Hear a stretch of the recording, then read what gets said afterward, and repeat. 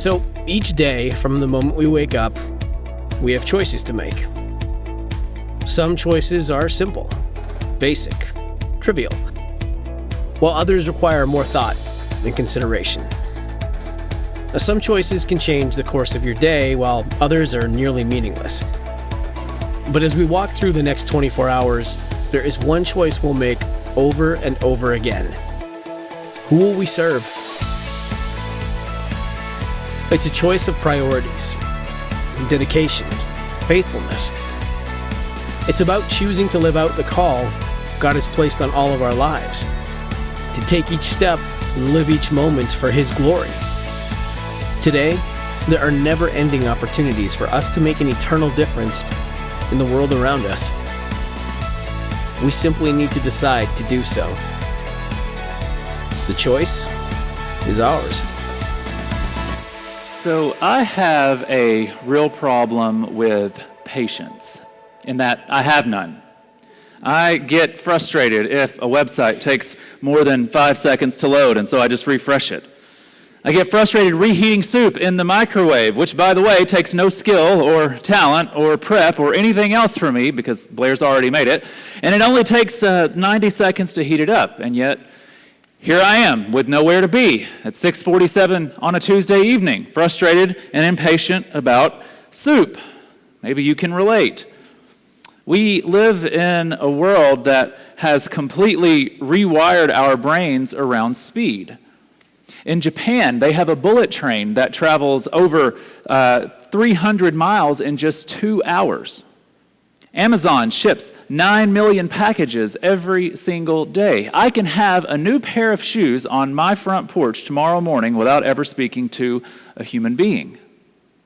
I will skip the checkout line at Walmart and go to the self-checkout if I feel like the cashier is going to be too slow. I can get a diagnosis from the internet before I ever finish describing my symptoms to my wife. It's ridiculous. We have built an entire civilization around the idea that waiting is a problem to be solved. And somewhere along the way, without most of us noticing, that idea has also crept into our spiritual lives. If I just read the right book, if I just attend the right retreat, if the pastor would just preach the right sermon series, I'm trying, stay with me, then I'll finally arrive. I'll finally get there. I'll be the spiritually mature and put together version of myself that I've been promising everybody I am becoming. And I don't think I'm alone in that. Because here's what I've noticed, and maybe you've felt this too. For a lot of us, the Christian life started with a moment, a decision, or a prayer. Maybe it was really dramatic. You were in this bad place and God showed up in this really amazing way and everything changed for you. Maybe it was more steady and it was a slow realization or a gradual yes, but there was some type of moment. And we're told rightly that moment matters. It's real and it counts. But somewhere along the way, a lot of us got the impression that that moment was the most of the story. That once you cross that line and you say yes to Christ, the heavy lifting was basically done. And then life happened.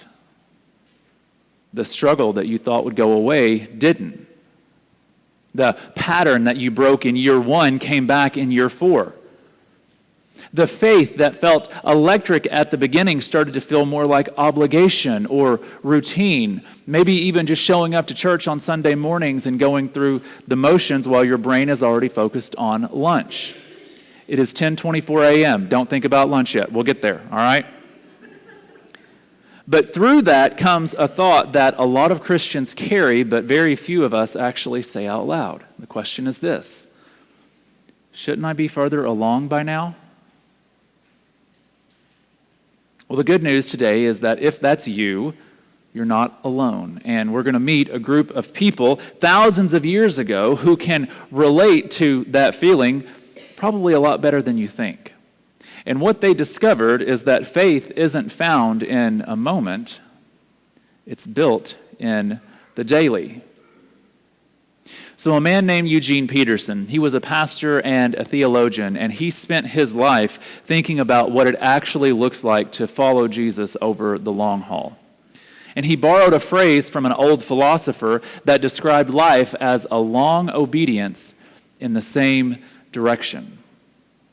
So this week we're kicking off a quick 2-week sermon series called A Long Obedience. And by the end of next week, I hope that phrase means something different to you than it does right now this morning. Because here's what Peterson said discipleship and following Christ actually looks like. And I love this image.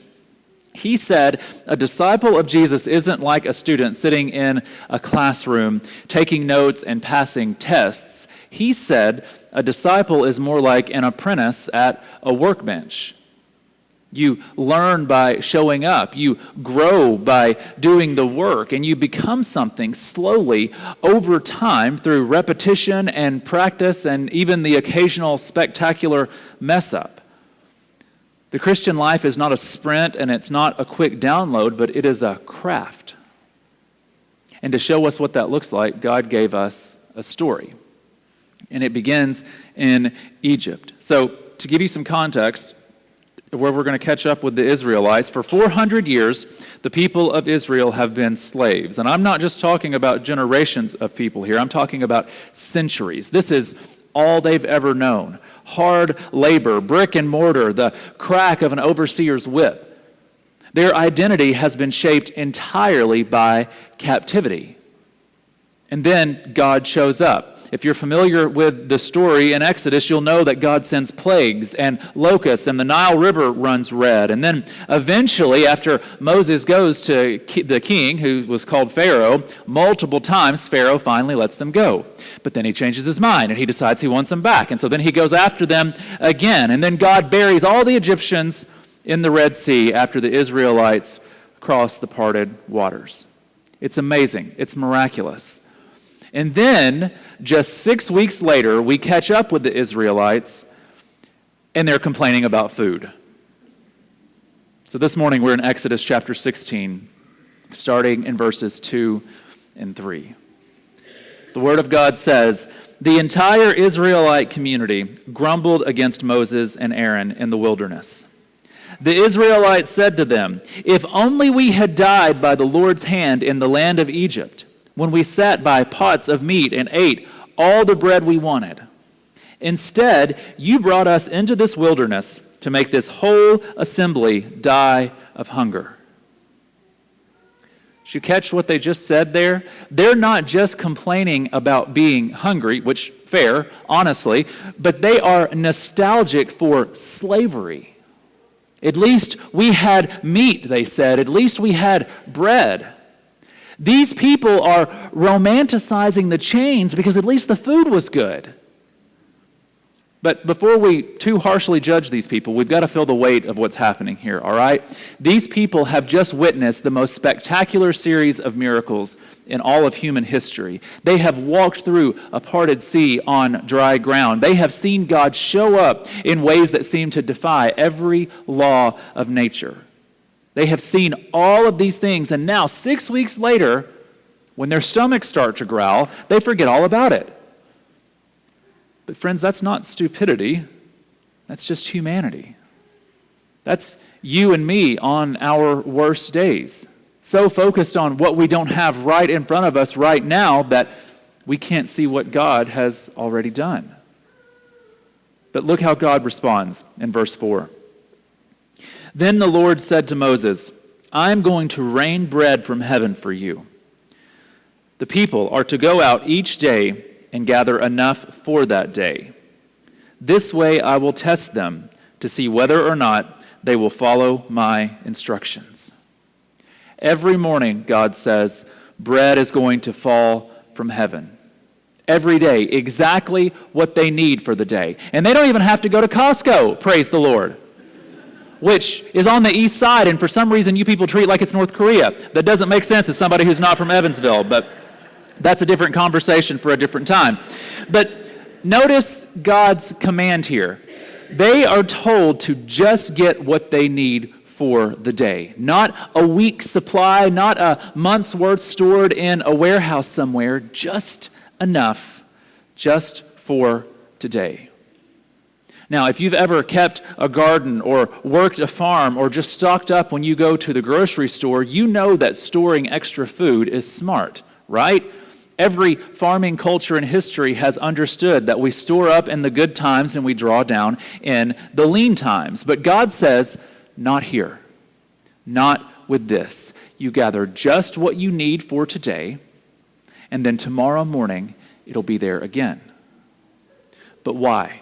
Why structure it this way? Well, he tells us in verse 4, he says, this way I will test them. See, this daily provision isn't just a meal plan, it's a classroom. God is teaching something to these people here, not through a lecture or even a sermon, but through lived experience.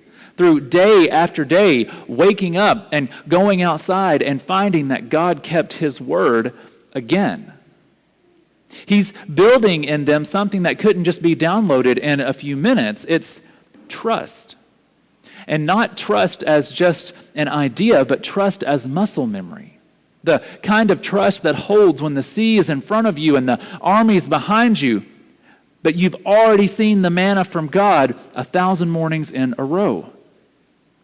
That's what Peterson was talking about when he said a long obedience in the same direction. The Israelites didn't become a people of faith in a moment. In fact, you may remember they wandered around the desert griping and complaining for 40 years.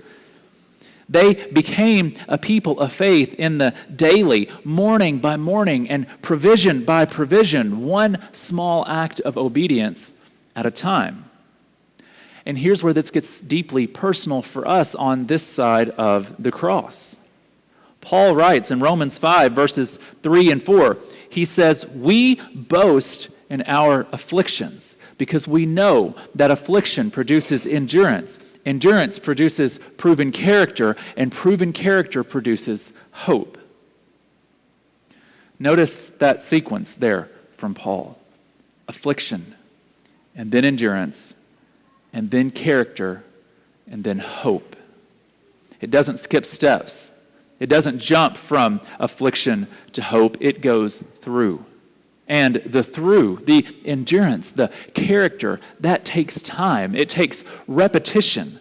It takes a lot of mornings going back outside and finding that the manna is still there.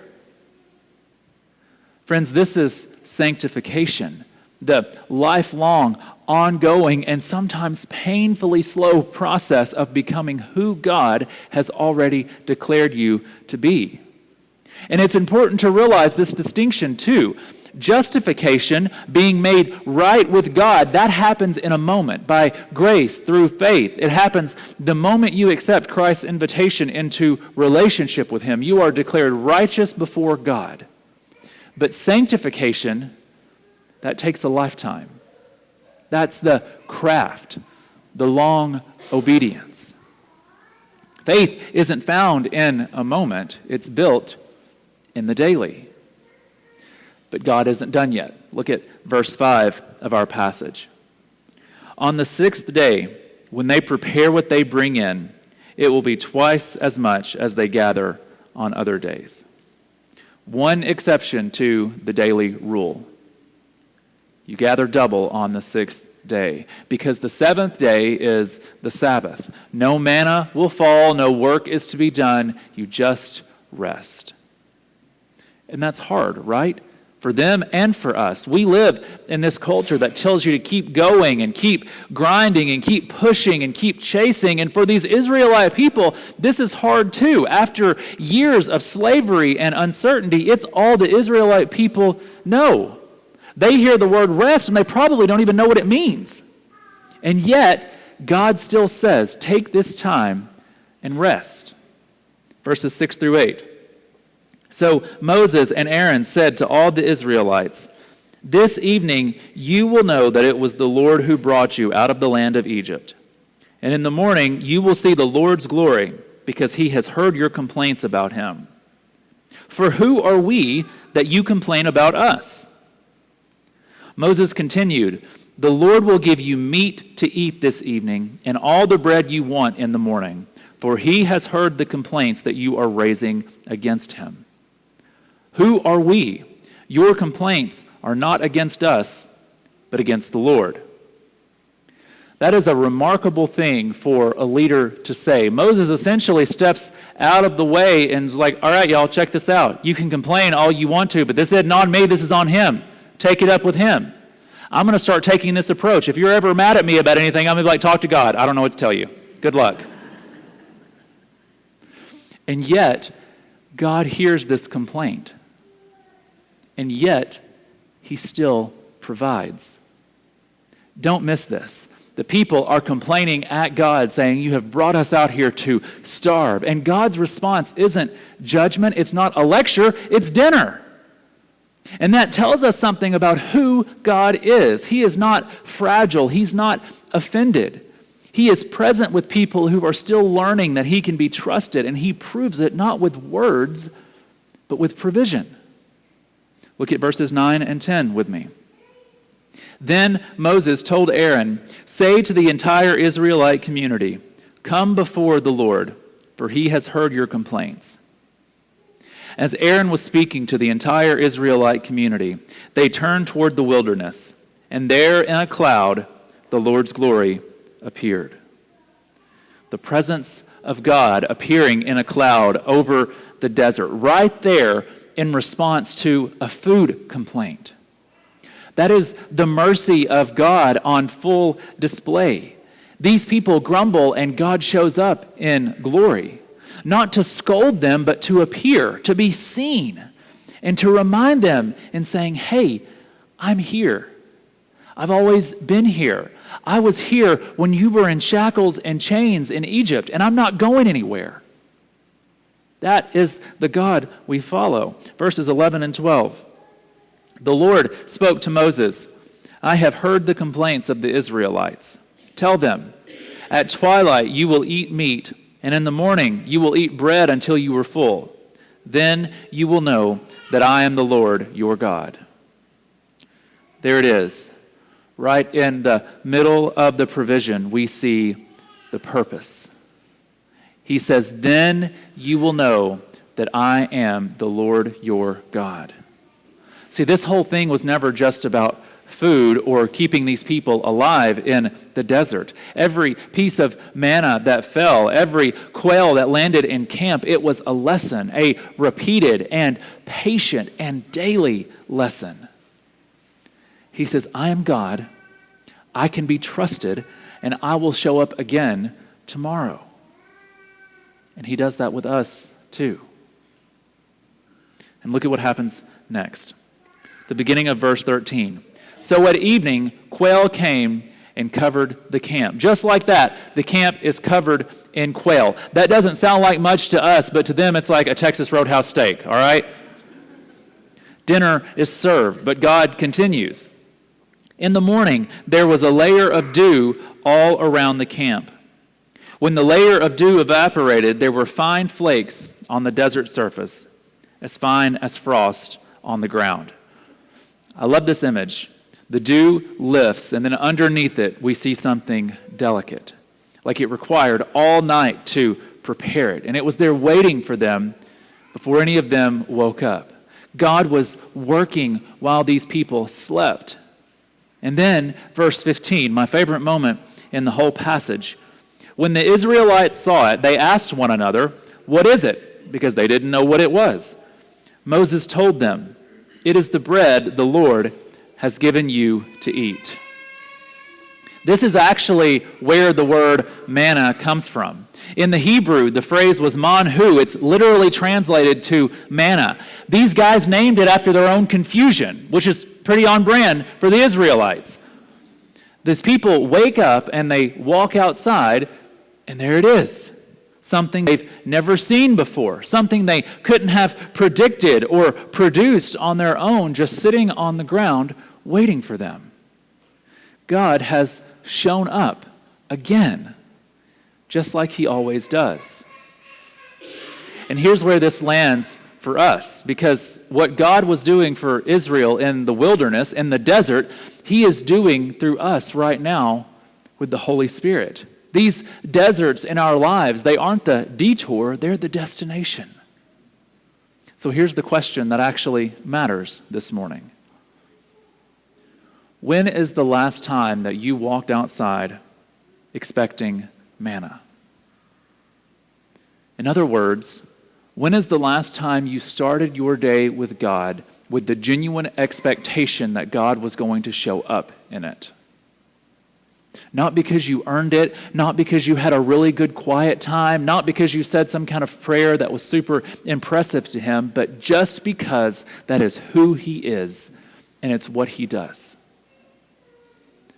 For a lot of us, if we're honest, the answer is it's been a while. We've been trying to stockpile. Think about how most of us tend to approach our Christian life.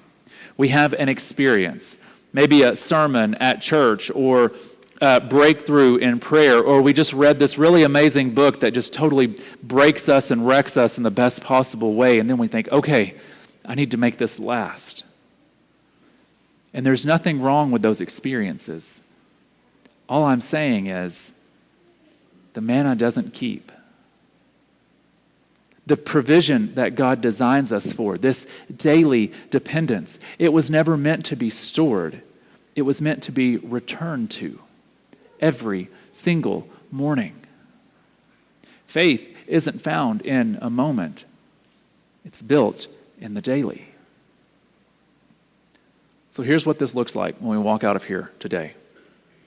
It starts tomorrow morning, before the noise kicks in, before the phone lights up or the day gets away from you. We stop and we simply say, God, I need you today. That is where the manna begins for us. And if you've been away from that practice for a while, if honestly the last time you turned to God with genuine expectation was a long time ago, I want you to know that today can be the day that you walk outside and find the manna still waiting. Because here's the gospel in this story today. The Israelites didn't deserve this manna. They were grumbling at God when it fell. They were nostalgic for slavery. They were faithless and impatient and whiny. And yet, the manna still fell. That's not just an Old Testament food story. That is a picture of grace. Of a God who provides, not because his people earned it, but because of who he is. And that same God sent his Son, not to people who had it all together, but to the wanderers, to the desert people, to people who kept looking back at Egypt, to people like us. Jesus is the bread of life, the manna this whole story was pointing to. And the invitation today is the same one it's always been. Come and return and receive. If you've never started that journey, today is a great day to start. You don't have to clean your act up first. You don't have to have your life together. Just come home to the God who is waiting for you. And if you've been on that journey for many years and you've drifted, today is the day to walk outside and find that the manna is still there. It never stopped falling. Maybe we just stopped looking. That's who we're becoming. People in formation, showing up daily, growing slowly, and trusting deeply. A long obedience in the same direction. Faith isn't found in a moment. It's built in the daily.